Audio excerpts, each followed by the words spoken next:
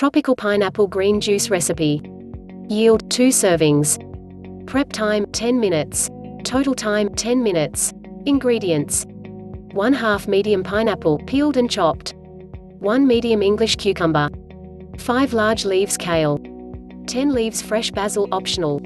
Directions: add ingredients to a juicer, alternating between adding bits of pineapples and leaves of kale so as to extract the maximum amount of juice. Serve immediately and enjoy.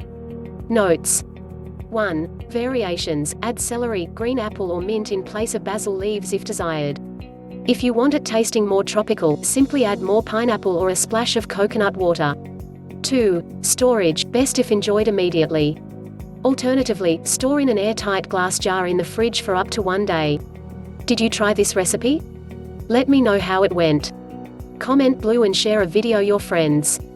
For most informative videos, please subscribe and like our channel.